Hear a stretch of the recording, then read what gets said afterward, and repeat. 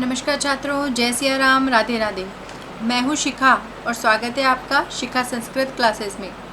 छात्रों, आज जो हम एक नया टॉपिक पढ़ने वाले हैं उसका नाम है भाषा विज्ञान। और जो भाषा विज्ञान हमारा टॉपिक है ये हमारे यूजीसी नेट कोड 25 में है और फर्स्ट ग्रेड में है। किस में है? फर्स्ट ग्रेड में है और यूजीसी नेट कोड 25 में भी है। तो पढ़ते हैं हम भाषा विज्ञान। देखिए, भाषा विज्ञान नाम में दो पदों का प्रयोग हुआ है। सबसे पहले हम क्या देखेंगे कि ये किन दो पदों से मिलकर बना है? भाषा से है और विज्ञान से। भाषा विज्ञान को समझने से पहले हमें इन दोनों शब्दों से परिचित होना जरूर आवश्यक है। हमें ये पता होना चाहिए कि भाषा क्या है और विज्ञान का अर्थ क्या है। भाषा शब्द संस्कृत की भाष व्यक्तामवाची धातु से निष्पन्न हुआ है, अर्थात किससे बना है? भाष धातु। भाष धातु और टाप प्रत्यय किससे बना है? भाष धातु और टाप प्रत्यय से। तो टाप देखिए, इसमें ट, आ और पै, इसमें टे का और पै का एक संज्ञा करके तस्य लोपे सूत्र से इनका लोप हो जाता है और शेष इसमें बच जाता है आ। टाप प्रत्यय से बनने वाले जितने भी शब्द होते हैं वो शब्द क्या कहलाते हैं? शब्द सब होते हैं स्त्रीलिंग। क्या होंगे? स्त्रीलिंग। तो भाषा शब्द भी हमारा क्या हुआ? स्त्रीलिंग शब्द हुआ। क्या हुआ?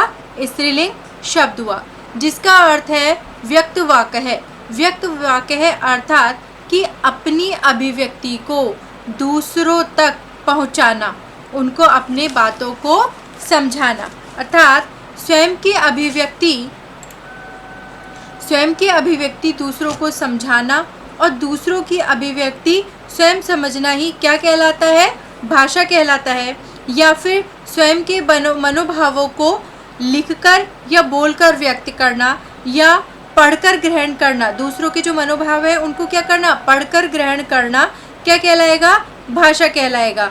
और विचार विनिमय के वाचिक साधन, यानी जो विचार विनिमय का जो ये साधन होता है, हम अपने विचार बता रहे हैं, उनके सुन रहे हैं, तो वो जो विनिमय का जो साधन है वो क्या कहलाएगा? भाषा कहलाएगा। अब देखते हैं हम विज्ञान। विज्ञान शब्द में वि उपसर्ग ज्ञ धातु से ल्युट प्रत्यय लगाने पर बनता है। क्या बनता है? दोबारा देखिए, वि उपसर्ग ज्ञ धातु ल्युट प्रत्यय, इन तीनों से मिलकर हमारा क्या बनेगा? विज्ञान शब्द बनेगा। सामान्य रूप से भाषा का अर्थ बोलचाल की भाषा या बोली तथा विज्ञान का अर्थ क्या हो जाएगा? विशेष ज्ञान। क्या हो जाएगा? विशेष ज्ञान। मानव के संपूर्ण ज्ञान विज्ञान का प्रकाशन करने के लिए और सभ्यता और संस्कृति के इतिहास को जानने के लिए भाषा एक महत्वपूर्ण साधन का कार्य करती है। किसका? ज्ञान विज्ञान। मानव का जितना भी संपूर्ण जो ज्ञान है, विज्ञान है, उसका प्रकाशन यानी उसको उजागर करने के लिए, ठीक है, सभ्यता और जो हमारी संस्कृति है पुरानी, उसको जानने के लिए, उस इतिहास को जानने के लिए भाषा क्या करती है? एक महत्वपूर्ण साधन का रोल निभाती है। चलिए आगे देखिए। भाषा विज्ञान भाषा के अध्ययन की वह शाखा है जिसमें भाषा की उत्पत्ति के बारे में, हम भाषा के स्वरूप के बारे में, विकास के बारे में क्या करते हैं? उसका वैज्ञानिक और विश्लेषणात्मक अध्ययन हम करते हैं। किसमें? भाषा विज्ञान में। किसकी शाखा है ये? भाषा के अध्ययन की एक वह शाखा है जिसमें क्या है कि भाषा का स्वरूप देखा जाता है कि उसका क्या स्वरूप है, उसकी भाषा की उत्पत्ति कहाँ से हुई है, उसका विकास धीरे धीरे उसका विकास कैसे हुआ, इसका वैज्ञानिक और विश्लेषणात्मक अध्ययन इसमें किया जाता है। भाषा विज्ञान भाषा के स्वरूप, अर्थ और संदर्भ का विश्लेषण करता है। ठीक है, उसका स्वरूप बताता है, उसका अर्थ बताता है। भाषा के दस्तावेजीकरण और विवेचन का सबसे प्राचीन कार्य, यानी इसका दस्तावेजीकरण कागजों में और उसका जो विवेचन है उसका सबसे प्राचीन कार्य कब हुआ? 6वीं शताब्दी में हुआ। और किन महान भारतीय व्याकरण ने किया? पाणिनि ने किया। किस में किया? अपने प्रसिद्ध ग्रंथ अष्टाध्यायी में किया। किस में किया था उन्होंने? अष्टाध्यायी में किया था। भाषा विज्ञान के अध्येयता, भाषा विज्ञान के जो अध्ययन करने वाले होते हैं उनको क्या कहा जाता है? भाषा विज्ञानी कहलाते हैं। भाषा विज्ञान व्याकरण से अलग होती है। भाषा विज्ञान अलग और व्याकरण अलग अलग होती है, दोनों भिन्न है। व्याकरण में किसी भी भाषा का कार्यात्मक अध्ययन किया जाता है। क्या किया जाता है व्याकरण में? कि कोई भी भाषा है उस पर उसका कार्यात्मक अध्ययन किया जाता है। लेकिन जो भाषा विज्ञानी होते हैं वो क्या करते हैं? इससे थोड़ा आगे जाते हैं और इससे आगे जाकर भाषा का जो अत्यंत व्यापक अध्ययन है, ठीक है, भाषा कहाँ से उत्पन्न हुई, उसकी उत्पत्ति क्या, उसका स्वरूप क्या, उसका अर्थ क्या है, उसका संदर्भ क्या है, इन सब चीज़ों का व्यापक अध्ययन करते हैं। कौन करते हैं? भाषा विज्ञानी। तो भाषा विज्ञान और जो व्याकरण है वो दोनों क्या हुई? दोनों अलग अलग हुई। आगे देखेंगे कि भाषा की उत्पत्ति, यह विषय अत्यंत ही उलझा हुआ है कि भाषा की उत्पत्ति कैसे हुई, कहाँ से हुई, किसने की, कब हुई, ठीक है। यह विषय अत्यंत ही उलझा हुआ है क्योंकि बहुत सारे विद्वान जो हैं वो कुछ अपने अलग विचार प्रस्तुत करते हैं और बहुत सारे विद्वान जो हैं वो कुछ अलग विचार प्रस्तुत करते हैं। और लास्ट में जो ये निकला, क्या निकला सारांश? कि अपूर्ण और अनिर्णयात्मक, ये पूर्ण नहीं है और यह निर्णयात्मक भी नहीं है, इस पर कोई निर्णय नहीं लिया जा सकता। अब देखिए कि भाषा उत्पत्ति के लिए लेकिन दो बातें जो निर्णायक बताई गई, कौन सी दो बातें जो निर्णायक बताई गई? उसमें पहला आ जाएगा कि वाग यंत्र से वर्णोच्चारण की क्षमता प्राप्त करना, कि जो हमारा वाग यंत्र है इससे जो हम वर्णों का उच्चारण करते हैं उसकी क्या क्षमता है, ठीक है। दूसरा उच्चारित ध्वनि का, जो हमने ध्वनि उच्चारित की है, हमने जो बोली है, अर्थ के साथ संबंध स्थापित करना, यानी जो हमने बोला है, जो मैं आपको बोल रही हूँ उसका क्या अर्थ है, उसके साथ भी संबंध होना चाहिए। कुछ ऐसी बात जो मैं बोलूँ और समझ में नहीं आए, जिसका कोई अर्थ ही ना निकले, तो कोई संबंध स्थापित नहीं होगा, भाषा वो नहीं कहलाएगी। कौन सी भाषा कहलाएगी? वो कहलाएगी कि जो हम ध्वनि उच्चारित कर रहे हैं उसका अर्थ के साथ क्या संबंध है, उसका क्या अर्थ निकल रहा है। आगे देखिए कि पहली तो क्या हुई कि पशु पक्षी और अन्य जीवों में उत्पन्न, किसमें? पशु पक्षियों में और अन्य जीवों से प्राप्त होती है। कैसे प्राप्त होती है? कि पशु पक्षियों में स्पष्ट जो उच्चारण है उसका अभाव रहता है। पशु पक्षियों में जो वो स्पष्ट उच्चारण, जैसे हम जो है स्पष्ट उच्चारण कर पा रहे हैं, ऐसे पशु पक्षी स्पष्ट उच्चारण नहीं कर पाते हैं। वे स्पष्ट रूप से बोलने में क्या होते हैं? असमर्थ होते हैं। मनुष्य को बोलने की क्षमता जन्म से प्राप्त होती है। पहला मैंने क्या बताया कि पशु पक्षियों में स्पष्ट उच्चारण का अभाव होता है, वो बोलने में असमर्थ होते हैं। लेकिन मनुष्य में ये बोलने की क्षमता कब से प्राप्त होती है? जन्म से ही प्राप्त होती है।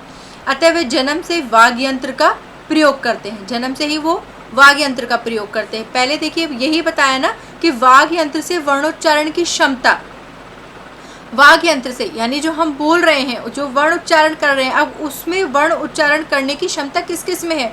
पशु पक्षियों में तो ये क्षमता नहीं है, लेकिन किस में है? मनुष्य में ये क्षमता दी गई। तो पहला हमारा जो निर्णायक बात थी ये सिद्ध हो गई।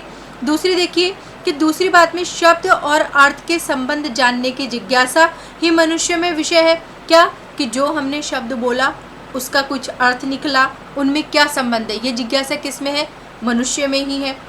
आगे देखेंगे अब हम भाषा विज्ञान के बहुत सारे नाम हुए, ये तो हमने उनके उत्पत्ति परिचय पढ़ा। अब देखेंगे हम भाषा विज्ञान के कौन कौन से अनेक नाम हुए, उनके बारे में हम जानेंगे कि भाषा संबंधी इस अध्ययन को यूरोप में आज तक अनेक नामों और संख्याओं से अभिहित किया गया।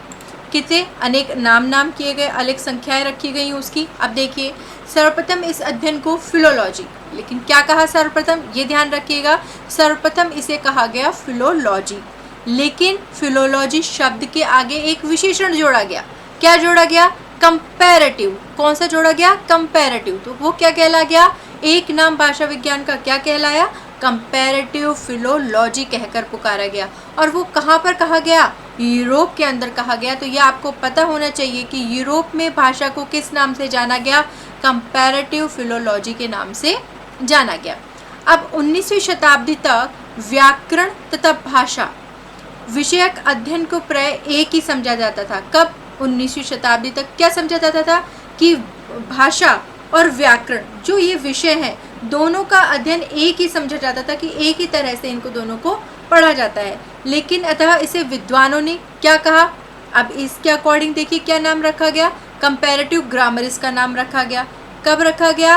19वीं शताब्दी तक, ठीक है, कंपैरेटिव ग्रामर। और यूरोप में कंपैरेटिव फिलोलॉजी।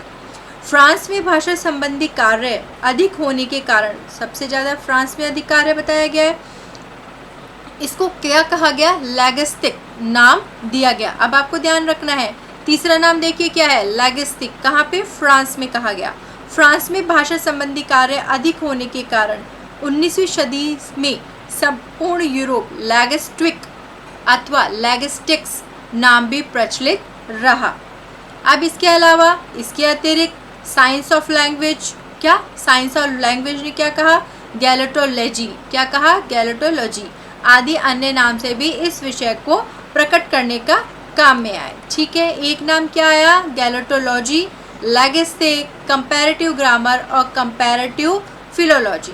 आगे देखिए, आज इन सभी नामों में से लैगिस्टिक्स और फिलोलॉजी मात्र प्रयोग में लाए जाते हैं। कहाँ पर लिए जाते हैं? यूरोप में, फ्रांस में। आगे देखते हैं इसमें अब हम भारतवर्ष में इन सभी यूरोपीय नामों के अतिरिक्त, अब हमने कहाँ देखा? सबसे पहले हमने देखा फ्रांस में और यूरोप में, लेकिन अब हम कहाँ देखेंगे? भारत में इसे किस नाम से जाना जाता है? हिंदी भाषा में प्रयोग में लाए जाते हैं। इसमें क्या कहा गया? भाषा शास्त्र इसे कहा गया, भाषा तत्व इसे कहा गया, भाषा विज्ञान इसे कहा गया और तुलनात्मक भाषा विज्ञान भी इसको कहा गया। लेकिन जो सबसे ज़्यादा प्रचलित और पुराना नाम अगर कहा गया तो वो कहा गया भाषा विज्ञान। क्या कहा गया? भाषा विज्ञान। इन नामों में प्राचीन और नवीन सभी नामों का समाहार हुआ है। क्या कहा गया? कि इसमें प्राचीन यानी पुराना और नया दोनों का इस नाम में समाहार यानी समायोजन किया गया है। किसमें? भाषा विज्ञान में। तो यही नाम इस शास्त्र के लिए सर्वथा उपयुक्त प्रतीत होता है। आगे देखिए, अब हम पढ़ेंगे कुछ हमारे प्रमुख सिद्धांत। किसके? भाषा विज्ञान के। किसके पढ़ेंगे हम? भाषा विज्ञान के कुछ प्रमुख सिद्धांत है जिनका हम अध्ययन करेंगे। पहला है प्रमुख सिद्धांत में दिव्य उत्पत्ति का सिद्धांत। कौन सा है? दिव्य उत्पत्ति का सिद्धांत। यह सबसे प्राचीन मत है। क्या है? यह सबसे प्राचीन मत बताया गया है। इसके अनुसार जिस प्रकार परमात्मा ने मानव सृष्टि की, परमात्मा से ही मानव की सृष्टि की उत्पत्ति हुई, मानव को बनाया, उसकी सृष्टि बनाई किसने? परमात्मा ने। उसी प्रकार मानव के लिए एक परिष्कृत भाषा भी दी, यानी परिमार्जित, परिष्कृत मतलब संगठित एक भाषा दी। दैवीय शक्ति ही इस सिद्धांत का मूल है। इस दैवीय शक्ति ने ही सृष्टि के आरंभ में वेदों का ज्ञान दिया। अब देखिए, ये जो दैवीय शक्ति बताया कि परमात्मा से ही उत्पन्न हुए, मानव सृष्टि उत्पन्न हुई और मानव के लिए ही एक परिष्कृत भाषा किसने दी? भगवान ने दी, परमात्मा ने दी। इसका आधार क्या बताया गया? दैवीय शक्ति इसका आधार बताया गया। उसी दैवीय शक्ति ने ही सृष्टि के आरंभ में वेदों की भी रचना का ज्ञान दिया। किसका दिया? वेदों की रचना का ज्ञान दिया, जिससे मानव अपना क्रियाकलाप चला सके, क्योंकि वेदों में सारी चीज़ समाहित है। कैसे, क्या, कब, कहाँ, क्या करना है, सब कुछ किस में समाहित है? वेदों में समाहित है। और वेदों का निर्माण किसने किया? दैवीय शक्ति यानी परमात्मा ने किया। वेदों, उपनिषदों और अनेक दर्शन ग्रंथों में यह बात प्रमाणित है कि ईश्वर से ही वेदों की उत्पत्ति हुई है। ठीक है, जब हमने ऋग्वेद पढ़ा था, मैंने आपको जब पहले ऋग्वेद ये सब पढ़ाए थे, तो उसमें भी मैंने आपको बताया था कि वेदों की उत्पत्ति किससे हुई है? ईश्वर यानी परमात्मा से वेदों की उत्पत्ति हुई है। आगे देखिए, अब हमने ये पहला जो सिद्धांत पढ़ा, दैवीय सिद्धांत, इसमें समीक्षा देखिए, इसके बारे में क्या बताया गया कि ये तर्क संगत है या नहीं है। यह सिद्धांत तर्क और विज्ञान संगत नहीं है। अब क्यों नहीं है? क्योंकि यह किस पर टिका है? यह केवल आस्था पर ही निर्भर है। क्योंकि अगर भाषा ईश्वर के द्वारा यानी भगवान ने अगर भाषा रची, तो सृष्टि में भाषा का भेद क्यों किया? भेद तो होना ही नहीं चाहिए उसमें। सृष्टि में भाषा भेद नहीं होता अगर ये ईश्वर ने रचा होता। जर्मन विद्वान हेडर ने लिखा है कि यदि भाषा ईश्वरकृत होती तो यह अधिक सुव्यवस्थित और तर्क संगत, क्या कहा कि ये सुव्यवस्थित होती, इसमें तर्क संगत होती, तर्क होते इसमें, और अधिकांश भाषाएं इन्होंने क्या कही कि अधिकांश जो भाषाएं हैं वो अव्यवस्थित हैं और त्रुटिपूर्ण हैं, उनमें गलतियां हैं और व्यवस्थित नहीं है। ये किसने कहा? हेडर ने। ये आपको कोटेशन, ये जो इसकी एक परिभाषा है, ये आपको यहाँ पर याद रखनी है। चलिए अब दूसरा सिद्धांत इसका हम पढ़ते हैं। दूसरा है सिद्धांत इसका संकेत का सिद्धांत। किसका सिद्धांत? संकेत का सिद्धांत। इसे निर्णयवाद, निर्णय सिद्धांत या स्वीकारवाद आदि अनेक नामों से जाना जाता है। किस किस से जाना जाएगा? निर्णयवाद से जाना जाएगा, निर्णय सिद्धांत के नाम से जाना जाएगा और स्वीकारवाद के नाम से भी इसको जाना जाता है। किसे? संकेत सिद्धांत को। इस सिद्धांत के प्रवर्तक 18वीं शताब्दी के फ्रेंच विद्वान रूसो थे। कौन थे इसके प्रवर्तक? 18वीं शताब्दी के जो फ्रेंच विद्वान थे, रूसो थे। इसके अनुसार व्यक्ति प्रारंभ में संकेतों के माध्यम से अपना अभिप्राय व्यक्त करता था। इनका कहना है कि जो व्यक्ति था वो प्रारंभ में संकेत के माध्यम से, यानी वो संकेत देता था और उसके हिसाब से वो अपने विचारों को अभिव्यक्त करता था, बताता था। बाद में सामूहिक रूप से वस्तुओं की संज्ञा दी गई। इसे क्या कहा गया? इसे सामाजिक समझौता नाम भी रखा गया। अब देखते हैं कि ये तर्कसंगत, ये जो दूसरा हमारा सिद्धांत है संकेत सिद्धांत, ये भी तर्कसंगत है या नहीं है।